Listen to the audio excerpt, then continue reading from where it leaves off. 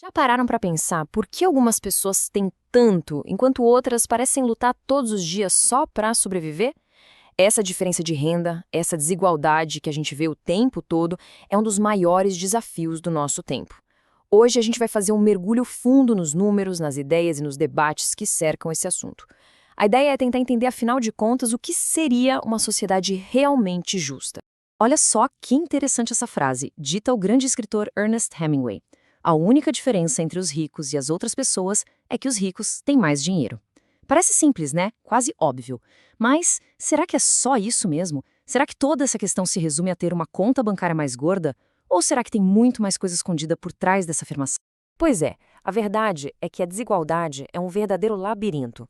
Tem números, claro, mas também tem filosofia, tem política e, o mais importante, tem a vida de pessoas de verdade. E é exatamente por esse labirinto que a gente vai caminhar agora, para entender por que ter mais ou menos dinheiro é só pontinha de um iceberg gigantesco.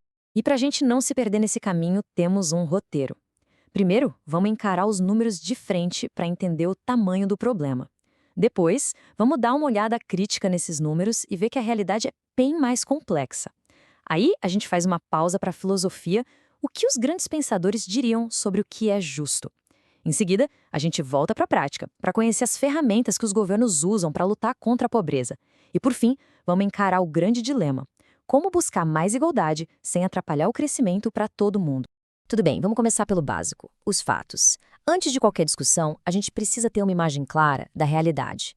Quão grande, de verdade, é a diferença de renda entre os mais ricos e os mais pobres? Os números que vamos ver podem ser um pouco chocantes, mas são um ponto de partida essencial para a nossa análise. Essa tabela aqui é tipo uma fotografia da desigualdade nos Estados Unidos, mas a história se repete em muitos outros lugares. Pensa que a renda total do país é um bolo gigante. Se a gente dividir a população em 5 grupos iguais, os 20% mais pobres ficam com uma fatia minúscula, só 4% do bolo.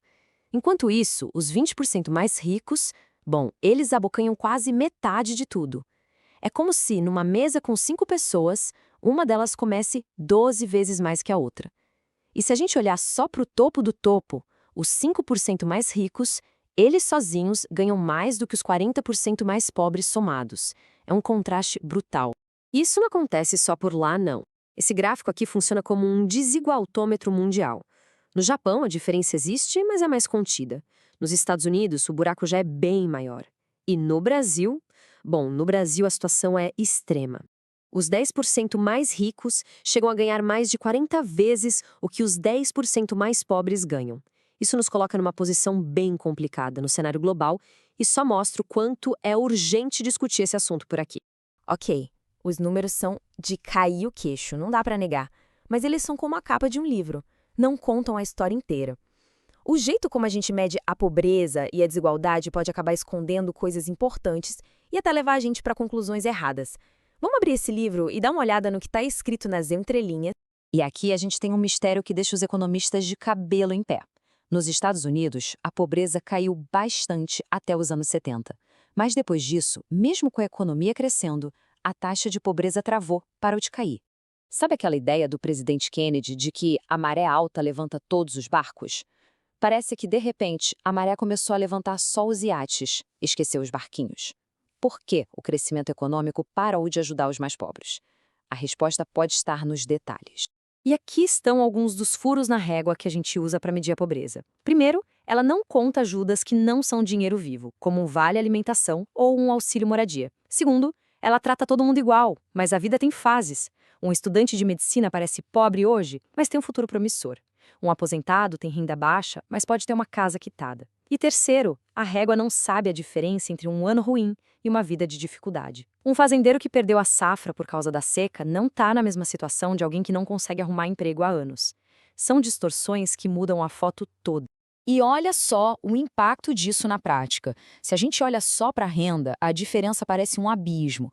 Mas se a gente olha para o que as pessoas de fato consomem, a comida, as roupas, os serviços, a diferença cai e muito. Isso não quer dizer que a desigualdade some de jeito nenhum, mas sugere que a diferença no padrão de vida do dia a dia é bem menor do que os números de renda sozinhos fazem a gente pensar. E aí a gente chega num ponto fundamental. Se é tão difícil até medir a desigualdade com precisão, Como é que a gente pode ter a audácia de definir o que é uma sociedade justa? Essa pergunta tira a gente do mundo dos números e joga a gente direto no campo minado da filosofia. E é para lá que a gente vai agora.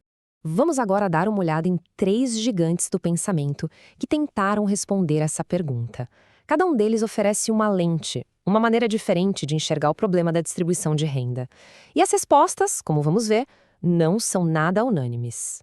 Nossa primeira parada é no utilitarismo. A lógica é a seguinte: o objetivo de um governo deveria ser criar o máximo de felicidade para o maior número de pessoas. E aí vem o pulo do gato. R$ 100 a mais na mão de uma pessoa muito pobre geram muito mais felicidade do que esses mesmos R$ 100 na mão de um bilionário. Para o bilionário é troco, para a pessoa pobre pode ser a comida da semana. Por isso, para um utilitarista, redistribuir renda dos ricos para os pobres faz todo sentido, porque aumenta a felicidade geral da sociedade. Mas os utilitaristas não são bobos. Eles sabem que não dá para simplesmente pegar todo o dinheiro dos ricos e dar para os pobres. E aí que entra a famosa metáfora do balde furado. Imagina que para levar o dinheiro dos ricos para os pobres, o governo usa um balde. Só que esse balde tem uns furos. Esses furos são os custos da burocracia, os impostos altos que podem desestimular o trabalho e o investimento. No caminho, um pouco do dinheiro se perde. O bolo econômico todo pode acabar diminuindo.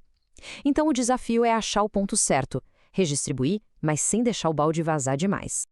Agora, vamos para uma ideia poderosíssima do filósofo John Rawls. É um experimento mental. Imagina que todo mundo pudesse desenhar as regras da sociedade do zero. Mas com detalhe, ninguém sabe em que posição vai nascer. Ninguém sabe se vai ser rico ou pobre, homem ou mulher, saudável ou doente. Esse é o véu da ignorância.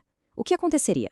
Rawls acredita que, com medo de cair na pior posição possível, todo mundo concordaria em criar regras que protegessem ao máximo a pessoa menos favorecida da sociedade. A ideia não é deixar todo mundo igual, mas sim garantir que quem está lá embaixo tem o chão mais seguro e alto possível. E por último, uma visão que vira tudo de cabeça para baixo, o libertarianismo. Para eles, o governo não tem que ser um distribuidor de bolo. A vida é como uma corrida. O papel do governo é só garantir que a pista seja justa para todo mundo, sem roubo, sem fraude, com as mesmas regras para todos. Mas ele não tem que se meter no resultado. Se alguém treinou mais, teve mais talento ou até mais sorte e chegou muito na frente, o prêmio é justo. O que importa é a igualdade de oportunidades na largada e não a igualdade de resultados na linha de chegada. O filósofo Robert Nozick resumiu isso perfeitamente. Ele disse que a renda não é como uma pizza que alguém corta e distribui. A renda é algo que nasce de milhões e milhões de trocas voluntárias entre as pessoas. Para um libertário, quando o governo tira de um para dar para outro, ele não está fazendo justiça, ele está interferindo na liberdade das pessoas. Certo, saímos da viagem filosófica e voltamos para o mundo real. Como essas ideias todas viram leis, programas e políticas que afetam a nossa vida? Vamos dar uma olhada agora nas principais ferramentas que os governos têm para tentar diminuir a pobreza. Uma das ideias mais interessantes é o tal do imposto de renda negativo. É o contrário do que a gente conhece. A lógica é simples. Em vez do sistema só cobrar de quem ganha mais, ele também paga para quem ganha menos. A partir de um certo nível de renda, a pessoa paga imposto. Abaixo desse nível, o governo complementa a renda dela. É um jeito de criar uma renda mínima de forma mais direta e com menos burocracia que muitos outros programas sociais. Mas as ferramentas mais comuns são também as que geram mais debate. De um lado, o salário mínimo. A intenção é ótima, garantir que quem trabalha receba um valor justo. Mas os críticos dizem que, se o salário mínimo for muito alto, as empresas podem acabar contratando menos gente, o que prejudica justamente os trabalhadores menos qualificados. Do outro lado, os programas de assistência social, que são uma rede de segurança fundamental, mas sempre existe a preocupação de que eles possam, em alguns casos, desestimular as pessoas a procurarem um emprego. É uma discussão que não tem resposta fácil. E mesmo quando se decide ajudar, vem outra dúvida. Qual é o melhor jeito? Dar uma cesta básica ou dar o dinheiro para a pessoa comprar a comida que ela quiser? A primeira opção garante que a ajuda vai ser usada para o que é essencial. A segunda respeita a liberdade e a autonomia da pessoa, que afinal é quem melhor sabe do que precisa. É um debate clássico entre eficiência e respeito à escolha individual. E tudo isso, no fim das contas, nos traz de volta ao coração do problema, ao dilema que está por trás de todas essas discussões. É um conflito básico entre duas coisas que todo mundo quer: uma sociedade mais justa e uma sociedade mais próspera. E o ponto crucial é este: existe um equilíbrio delicado entre equidade e eficiência. É a história do bolo de novo. Quanto mais o governo tenta cortar o bolo em fatias perfeitamente iguais, maior o risco de, nesse processo, amassar e diminuir o tamanho do bolo inteiro. Política de redistribuição tem custos, podem desestimular a produção. A grande pergunta que fica é: quanto de eficiência estamos dispostos a abrir mão em nome de um pouco mais de igualdade? E isso nos deixa com a pergunta final. Uma pergunta que vai muito além da economia e que define o tipo de sociedade que queremos construir.